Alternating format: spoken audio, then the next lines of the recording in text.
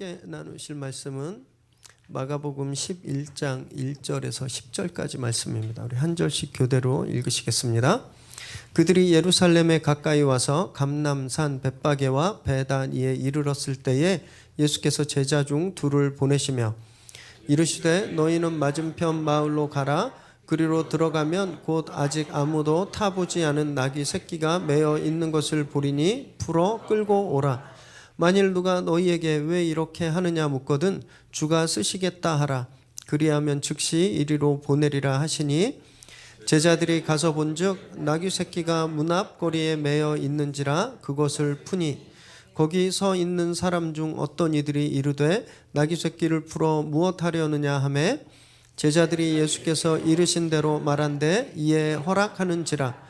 나귀 새끼를 예수께로 끌고 와서 자기들의 겉옷을 그 위에 얹어 놓음에 예수께서 타시니 많은 사람들은 자기들의 겉옷을 또 다른 이들은 들에서 벤 나뭇가지를 길에 펴며 앞에서 가고 뒤에서 따르는 자들이 소리 지르되 호산나 찬송하리로다. 주의 이름으로 오시는 이여 찬송하리로다. 오는 우리 조상 다윗의 나라여 가장 높은 곳에서 호산나 하더라. 아멘. 오늘 우리에게 주신 하나님의 말씀입니다. 올림픽이나 월드컵 같은 정말 큰 국제 경기에서 금메달을 따거나 우승을 하면 카퍼레이드를 합니다. 또는 외국의 귀한 손님들, 다른 나라의 정상들, 이런 국빈들이 방문해도 카퍼레이드를 하죠.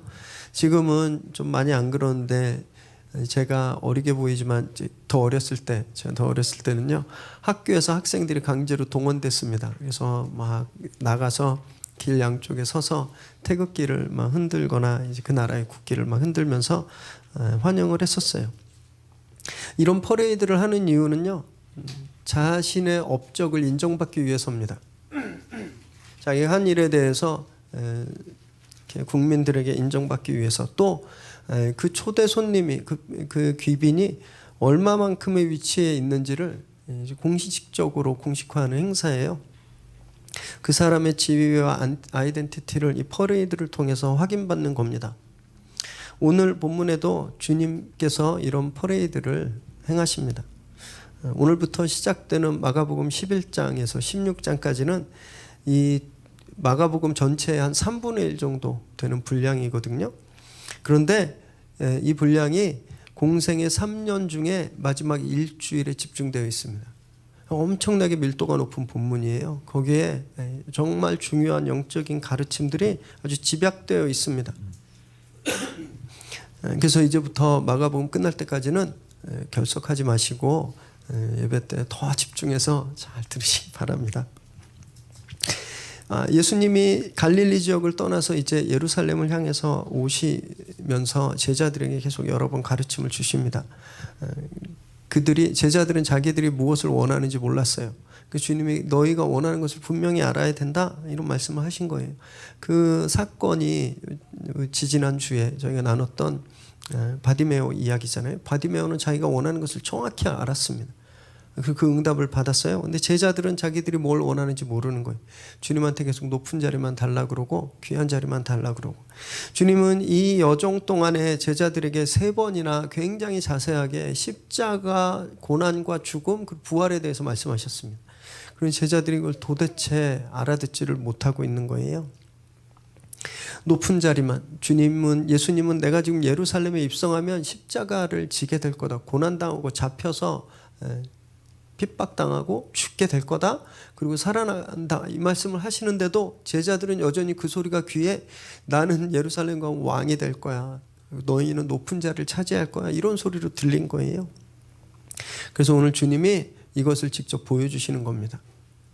이 퍼레이드를 통해서 당신이 누구인지, 당신이 어떤 정체성을 가지고 있는지, 당신의 위치가 어떤지, 어떤 자격으로 이 세상에 오셨는지, 그것을 제자들의 눈앞에 똑똑히 보여주고 계세요.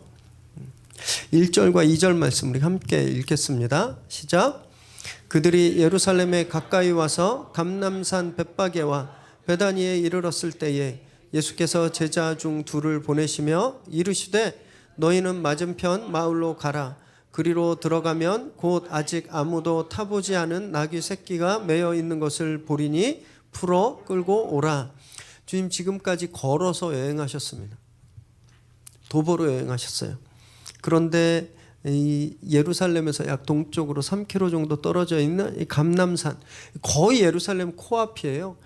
거기 오셔서 갑자기 탈 것을 찾으시는 겁니다. 이렇게 뭘 타시려면 좀 진작부터 타셨어야죠. 그래야 좀 편하지 않으셨을까요?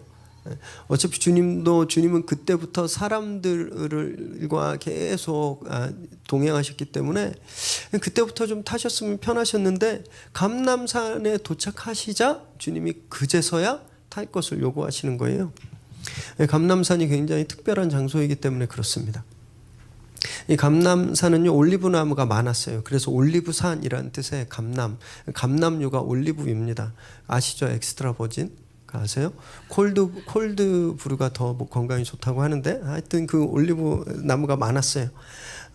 예루살렘보다 이 산은 한 90m 정도 더 높이 있어서 그 산 위에 서면 예루살렘이 한눈에 다 보이는 그런 위치였습니다. 전통적으로 유대인들에게 이곳은 메시아가 오시는 장소로 여겨졌습니다. 메시아가 오실 때 감람산으로 오신다고 믿는 신앙이 있었어요. 스가랴 14장 4절 5절 함께 읽습니다. 시작. 그날에 그의 발이 예루살렘 앞 곧 동쪽 감람산에 서실 것이요, 감람산은 그 한가운데가 동서로 갈라져 매우 큰 골짜기가 되어서 산 절반은 북으로 절반은 남으로 옮기고 그 산 골짜기는 아셀까지 이를지라. 너희가 그 산 골짜기로 도망하되 유다 왕 우시야 때에 지진을 피하여 도망하던 것 같이 하리라. 나의 하나님 여호와께서 임하실 것이요 모든 거룩한 자들이 주와 함께 타리라. 스가랴 예언에 따르면 메시아가 오실 때 감람산에 서신다 그러는 거예요. 그곳에 오신다라는 거예요. 그리고 거기에서 심판과 구원이 이루어진다 이렇게 예언하고 있습니다. 그래서 마가가 여기서 감람산을 기록한 거예요. 그 구약 성경 전체가 예언하고 계신 그 메시아, 그분이 지금 감람산에 오셨다라는 겁니다. 그래서 그곳에서 십자가를 향한 행진을 처음 시작되고 있다, 이것을 우리에게 말하고 있는 거예요. 그 감람산 기슭 베다니에서 예수님 제자들 둘에게 시키신 명령이 있습니다. 맞은편 마을로 가서 거기 가면 길가에 매어 있는 나귀가 있는데, 성경은 나귀 새끼라고 되어 있는데 제가 이렇게 연습하니까 되게 어감이 안 좋아요. 그래서 새끼 나귀라고 저는 하도록 하겠습니다. 왜 성경대로 안 읽나 이렇게 생각하지 마세요. 새끼 나귀를 풀어오라고 말씀하시는 거예요. 이 정황상 굉장히 어색하고 어울리지 않은 명령입니다. 여러분, 이 예루살렘 입성은요 엄청난 이벤트였습니다. 엄청난 이벤트. 제자들에게 입장에서 보면 자기가 모시는 선생님이 지금 왕이 되시는 거예요. 왕으로 등극하는 그 첫 관문이에요, 예루살렘 입성이. 또 주님 입장에서 보면 당신의 오신 목적을 완성한 그 십자가 길, 그것을 시작하는 길목입니다. 엄청난 영적인 의미가 있는 이벤트였어요. 이렇게 중요한 상황에서 왜 갑자기 새끼 나귀가 등장하는 걸까요? 너무 생뚱맞죠. 왜냐하면요, 말씀 때문에 그렇습니다. 말씀을 이루기 위해서 예수님이 이런 명령을 하신 거예요. 스가랴 9장 9절 읽겠습니다. 시작. 시온에 따라 크게 기뻐할지어다. 예루살렘에 따라 즐거이 부를지어다.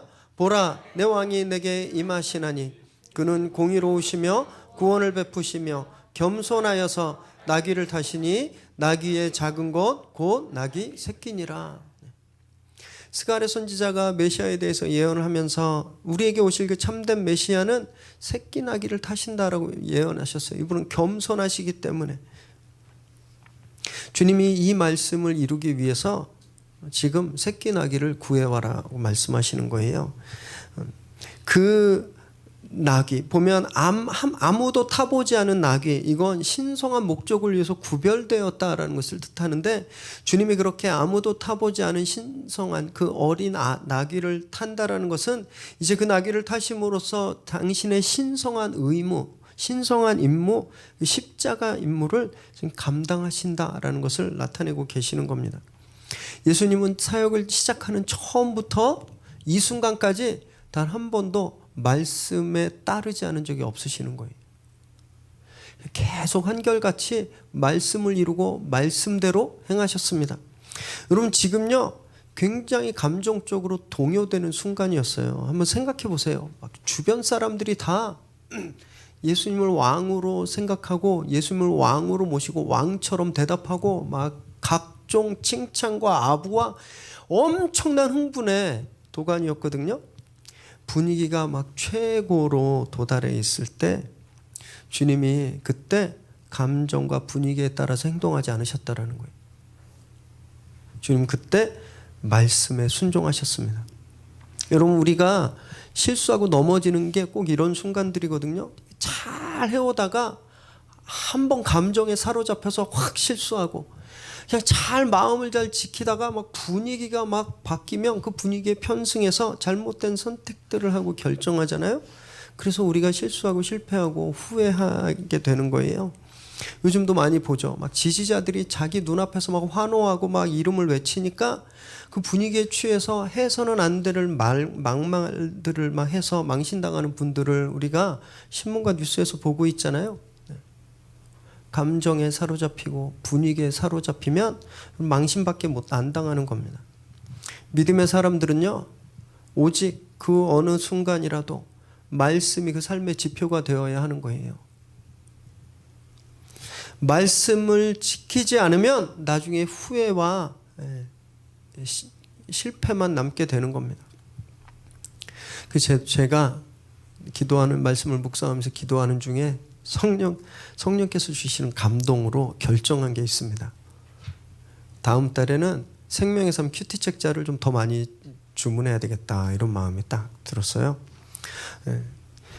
말씀이 진짜 중요한데 그 말씀을 그러면 늘 생활화 하셔야 되잖아요.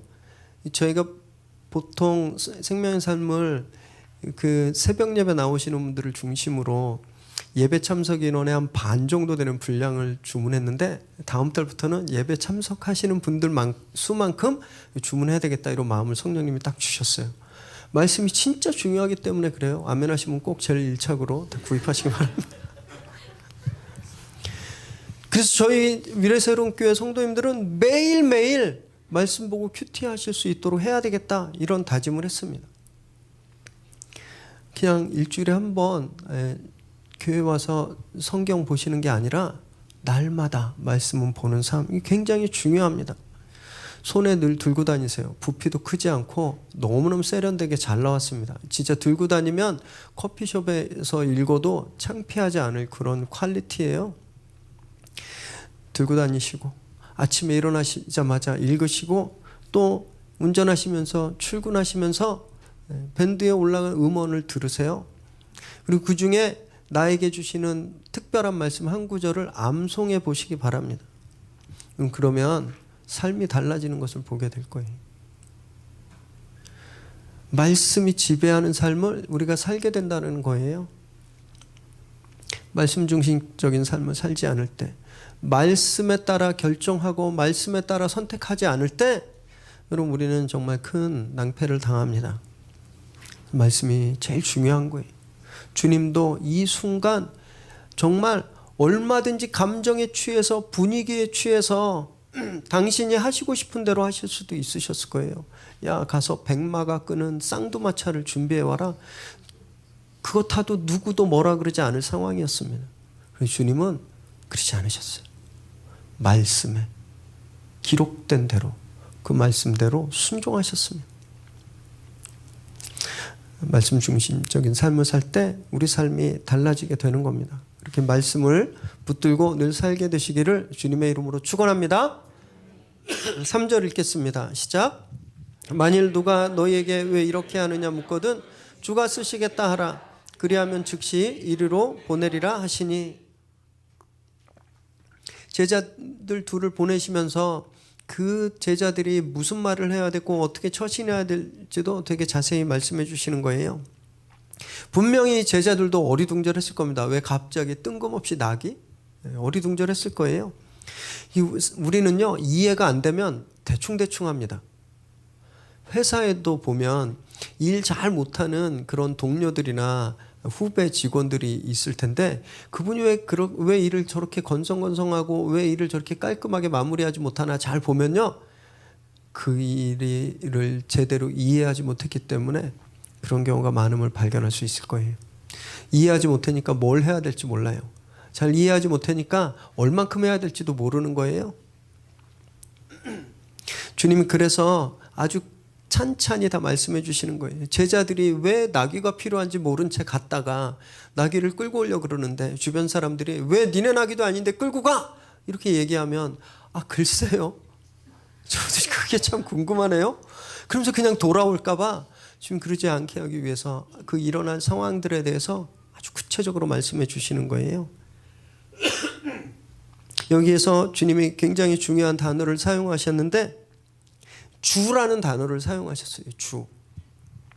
이 주는 퀴리오스라는 말입니다. 퀴리오스. 예수님이 지금까지 한 번도 사용해 보지 않은 단어세요.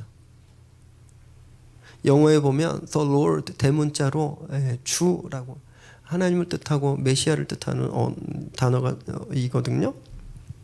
여태까지 주님은 당신을 누구라고 칭하셨냐면 인자라고 했습니다. 물론 그것도 메시아를 나타내는 거지만 굉장히 겸손한 표현이었어요. 겸손한 호칭. 그리고 심지어 사람들이 당신을 메시아로 인정하고 왕으로 막 삼으려고 할 때 그러지 말라고 하셨습니다. 나타내지 마라. 그거 공개하지 마라. 이게 막으셨어요? 지금까진 그러셨는데 여기서 당신 스스로 내가 주다, 내가 퀴리오스다 라고 공개하시는 겁니다. 왜냐하면 이제 그때가 왔기 때문에, 이제 십자가의 행진이 시작되기 때문에.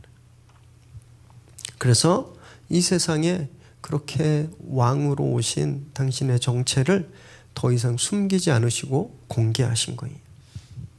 주님께서 제자들에게 하신 말씀처럼 4절에서 6절을 보면요, 상황이 그대로 전개되고 있는 걸 알 수 있습니다. 제자들이 가보니까 진짜 새끼 나귀가 매여 있어요. 막 끌고 가려고 하니까 그 옆에 사람들이 왜 이걸 니네가 끌고 가? 이렇게 말하는 거예요. 그래서 그냥 거기 주님께서 하신 말대로 주님께서 시키셨다, 주님께서 필요하시다, 사용하실 것이다 이렇게 얘기하니까 그 나귀를 가져올 수 있었죠. 하나님 말씀은 이렇게 다 이루어지는 거예요. 그런데 문제는 주님은 때로는 우리가 이해할 수 없는 말씀을 하신다라는 거예요.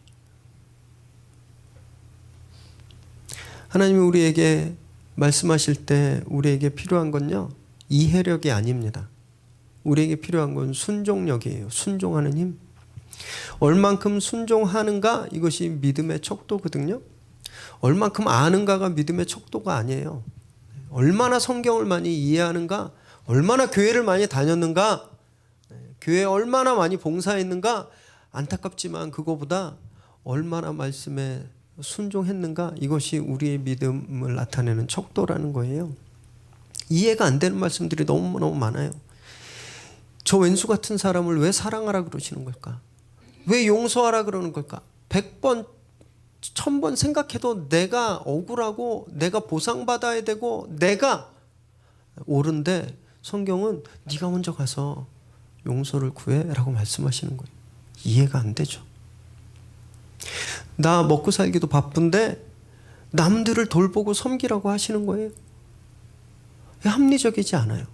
이해가 안 되죠. 그래서 안 하는 겁니다. 이해가 안 되니까. 이해가 안 되면 움직이려고 하지 않아요. 그래서 굉장히 안타깝게도 영원히 이해를 못하는 겁니다. 제자들이 주님이 가서 나귀를 가져와라고 했을 때 이해가 안 돼서 못하겠는데요. 그리고 가지 않았다면 그 일을 이해를 못했을 거예요. 여러분, 딱 한 번만 순종해 보시기 바랍니다. 진짜 딱 한 번. 그러면 알게 됩니다. 이건 순종해 보지 않은 사람은 알 수가 없어요. 제가 막 알려드리고 싶어도 그냥 알려드릴 수가 없어요. 순종해 본 사람만 아는 것이 있습니다. 그걸 경험하셔야 되는 겁니다. 신앙은요, 이해하고 움직이는 게 아니에요. 순종할 때 이해되는 것, 그게 신앙입니다. 오늘 말씀에 순종하시기 바랍니다. 그래서 여태까지 풀리지 않았던 것들이 말씀에 순종할 때 풀리게 되기를 주님의 이름으로 축원합니다. 7절 8절 읽겠습니다. 시작. 나귀 새끼를 예수께로 끌고 와서 자기들의 겉옷을 그 위에 얹어 놓음에 예수께서 타시니 많은 사람들은 자기들의 겉옷을 또 다른 이들은 들에서 벤 나뭇가지를 길에 펴며 그렇게 끌고 온 새끼 나귀 위에 제자들이 자신들의 겉옷을 얹었어요. 이것은 단순히 안장을 준비하는 것뿐만이 아니라 왕에 대한 극진한 예우였습니다. 열왕기하 9장 13절 읽습니다. 시작. 무리가 각각 자기 옷을 급히 가져다가 섬돌 위 곧 나팔을 불며 이르되 예후는 왕이라 하니라. 엘리사가 자기 제자를 보내서 예후라는 사람에게 지금 기름을 붓고 하나님께서 너를 예후를 북이스라엘의 10대 왕으로 세우셨다라고 지금 하는 장면이에요. 그러자 이 말을 전해 들은 사람들이 즉시 자신들의 옷을 깔고 예후를 왕으로 맞이하는 이 왕의 즉위식이 거행되고 있는 거거든요. 지금 제자들이 이것과 똑같은 일을 하고 있는 거예요. 나귀 위에 겉옷을 깔면서 예수님을 왕으로 즉위시키는 겁니다. 지금 왕의 대관식이 지금 이루어지고 있는 거예요. 이때 제자들이 어떤 감정이었을까를 한번 생각해 보았어요. 자기들의 옷을 깔면서 아, 이분은 이제 왕이다, 이분은 왕이다 할 때 무슨 생각이 있었을까요? 아, 이제 진짜 왕이 되시는구나. 아, 이분이 왕국을 세우실 거야. 나는 국무총리쯤은 되겠지. 나는 비서실장. 마태는 세리였잖아요. 나는 국세청장 되지 않을까? 이런 마음들로 얼마나 흥분했겠습니까? 사람들도 마찬가지였어요. 이들도 겉옷을 깔며 주님을 왕으로 맞이하고 있는 겁니다. 로마로부터 우리를 해방시켜줄 다윗의 왕국처럼 그런 다윗 같은 강력한 제왕이 오셨다 이렇게 환영하고 있는 거예요. 8절에 보면 또 어떤 사람들은 나뭇가지를 폈다고 되어 있는데요. 이 나뭇가지는 요한복음 12장 13절에 의하면 종려나뭇가지였습니다. 종려나뭇가지. 이 나무는 승리를 상징하고 왕에 대한 존경을 표현하는 나무예요. 군중들도 지금 주님을 그렇게 왕으로 환영하고 있는데, 그런데 이 종려나무는요, 길가에 그냥 아무렇게나 자라는 그런 가로수가 아니었습니다. 가나안을 젖과 꿀이 흐르는 땅이라고 하잖아요. 여기 꿀은 이제 벌꿀을 말하는 게 아니라 종려나무로 만든 잼을 의미해요. 그래서 이 종려나무는 유대인들 생활에 굉장히 밀접하게 연관된 나무였습니다. 그래서 길거리에서 아무데나 크는 나무가 아니라 과수원에서 재배해야 되는 나무였어요. 종려나무는. 그리고 이 가지를 꺾을 수 있는 사람들은 농부들 뿐이었습니다. 지금 이 나뭇가지를 흔들고 있는 사람들은 그런 농부들이었어요. 그런 농부들. 그래서 어떤 사람들이라고 따로 카테고라이징 해서 말하고 있는 거예요. 여러분, 당시 농부들은요, 굉장히 비참했습니다. 지주에게 자기 땅을 다 빼앗기고 종교 지도자들에게 세금으로 뜯기고 소작농으로 전락한 사람들이었어요. 지금 그 사람들이 무슨 소망을 가지고 주님 앞에 나와서 이걸 흔들고 있을까요? 영원히 땅 잘 부쳐먹게 해달라고 지금 그렇게 흔드는 걸까요? 아니거든요. 완전히 뒤집어 달라고 그러는 거예요. 자기들을 이렇게 억압하고 자기 것을 다 빼앗아가는 저 지배층 사람들의 이런 불합리한 것들을 다 깨달라고 왕이여 이런 것을 바로잡아 주소서 그렇게 지금 흔들고 있는 겁니다. 자기의 기대를 지금 담아서 다 흔들고 있는 거예요. 그런데 진짜 아이러니한 건 뭔지 아세요? 이 종려나무에 학명이 있습니다. 아시죠? 학명 뭔지 모르세요? 사람은 호모사피엔스 이런 게 학명이라고 하잖아요. 그래서 종려나무에 그 과학적 명칭이 있어요. 그 명칭이 불사조입니다. 불사조. 저 이 말씀을 묵상하면서 와, 하나님이 엄청난 유머 감각을 지금 가지고 계셨구나를 깨달았어요. 사람들은 지금 자신의 왕을 막 환호하고 있는데 그 흔드는 나뭇가지를 통해서 하나님은요, 예수 그리스도의 죽음과 부활을 지금 보여주고 계시는 거예요.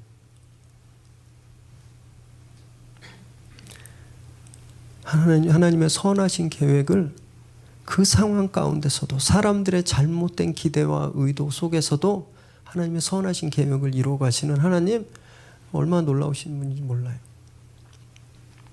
여러분, 무언가 기대하는 것은요, 좋은 것입니다. 기대가 없는 인생은 행복하지 않잖아요. 그죠?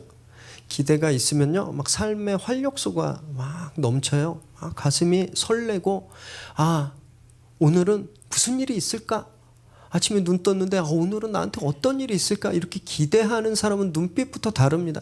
그날 하루를 대하는 삶의 태도가 달라요. 그런데 이러면서 또 눈 떴네. 지겹네. 이런 사람은 그 하루가 진짜 지겨울 수밖에 없는 거예요. 기대는 그렇게 좋은 건데 그렇다고 모든 기대가 다 성경적인 건 아니라는 겁니다. 제자들, 군중들 예수님께 군사적인 메시아, 정치적인 메시아를 기대했습니다. 성경과 전혀 다른 기대를 하고 있는 거예요. 성경과 다른 기대를 품으면 상처밖에 안 남습니다. 오늘 우리는요, 지금 어떤 기대를 품고 교회에 오셨나요?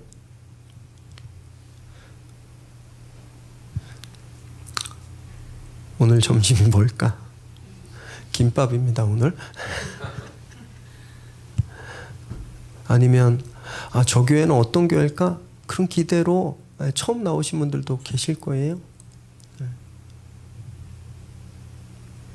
아니면 오늘 김 목사님이 무슨 재밌는 말을 또 설교 시간 할까? 이런 것도 기대하면서 오신 분들도 계실 겁니다.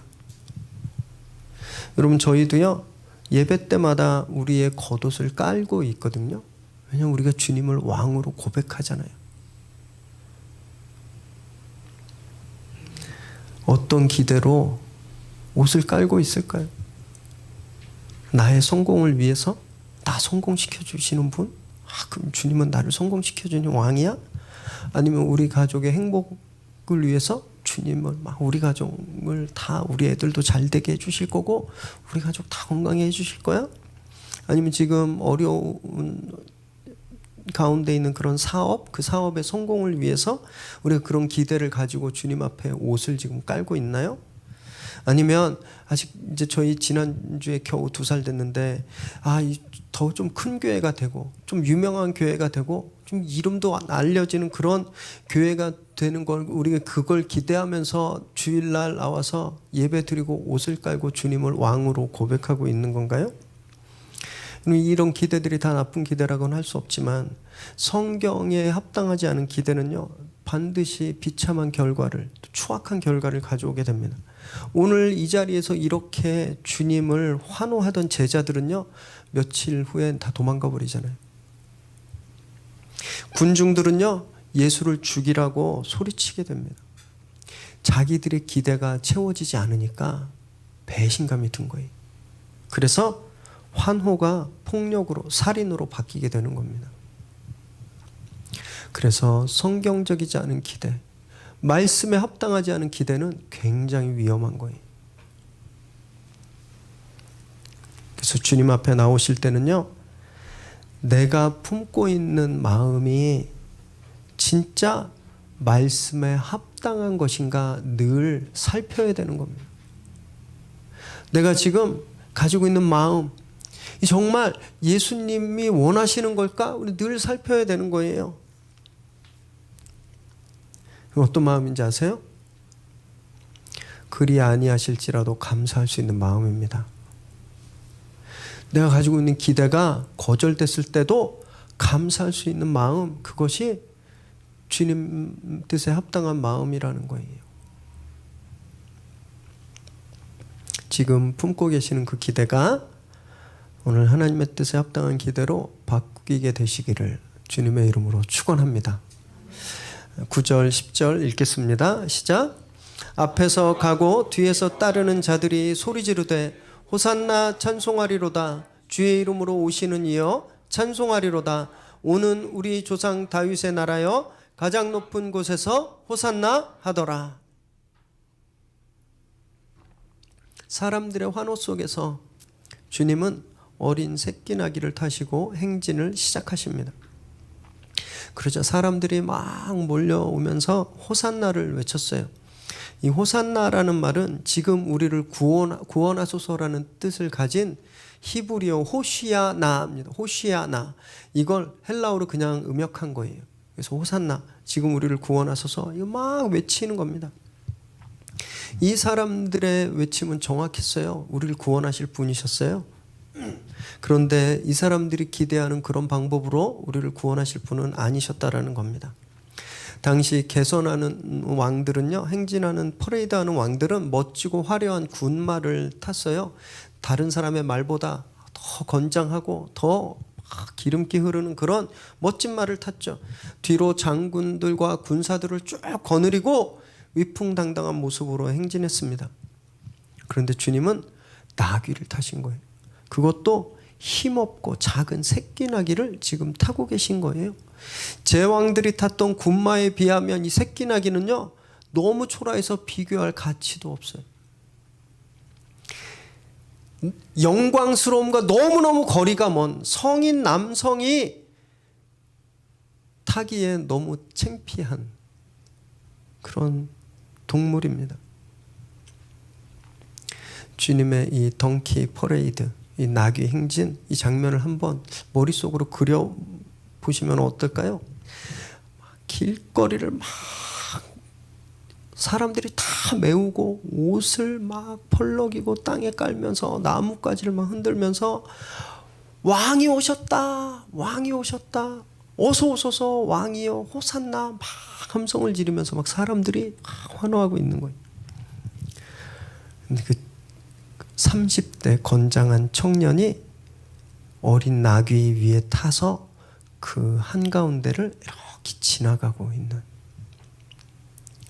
이 나귀는 사람을 한 번도 태워본 적이 없는 아주 어린 나귀잖아요. 걸음걸이가 얼마나 위태위태했겠어요. 아이를 태운 것도 아니고 30대 건장한 남성을 위에 태웠으니 그 다리가 얼마나 떨렸겠어요.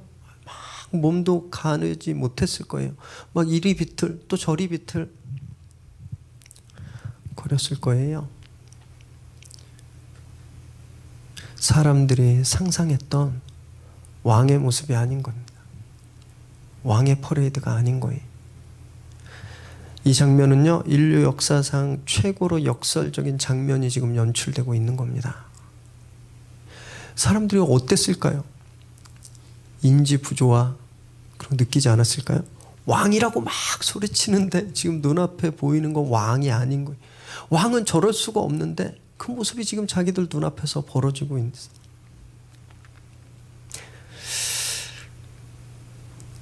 주님 그걸 보여주시는 겁니다. 제자들에게 왕은 왕이 되려면 높은 데 올라가는 것이 아니라 낮은 데로 임해야 된다는 걸 보여주고 계시는 거예요.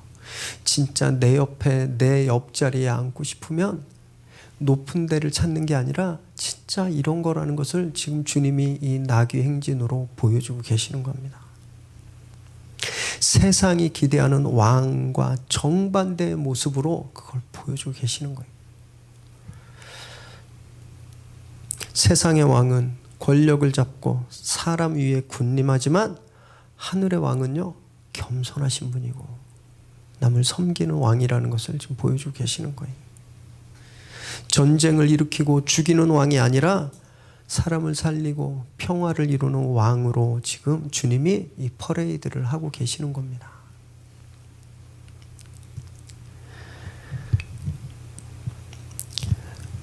예수님의 마음을 한번 생각해 보았어요. 주님이 이 행진을 하시는 동안 얼마나 외로우셨을까? 제자들을 비롯해서 수많은 사람들이 있었지만 단 한 사람도 이분이 왜 오셨는지, 이분의 정체가 무엇인지 관심 갖지도 않았습니다. 다 자기 욕망이 시키는 대로 환성을 지르고 자기 욕심을 예수님께 투영해서 그것만 외쳤어요.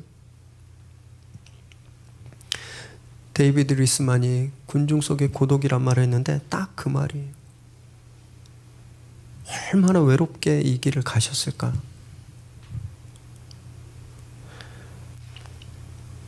여러분, 우리도요 얼마든지 주님을 외롭게 할 수 있습니다. 주님 앞에 올 때 내 욕심을 구하고 세상에 좋아 보이는 것을 구하고 내 편의와 내 필요를 채워달라고 주님께 요구하면 주님은 또다시 외로워지시는 거예요. 수천 수만 명이 모여서 예배해도 그 예배에 겸손과 평화의 왕으로 오신 예수님이 불려지지 않고 세상의 가치와 세상의 성공이 불려지면요, 그건 소음이지 예배가 아닌 겁니다.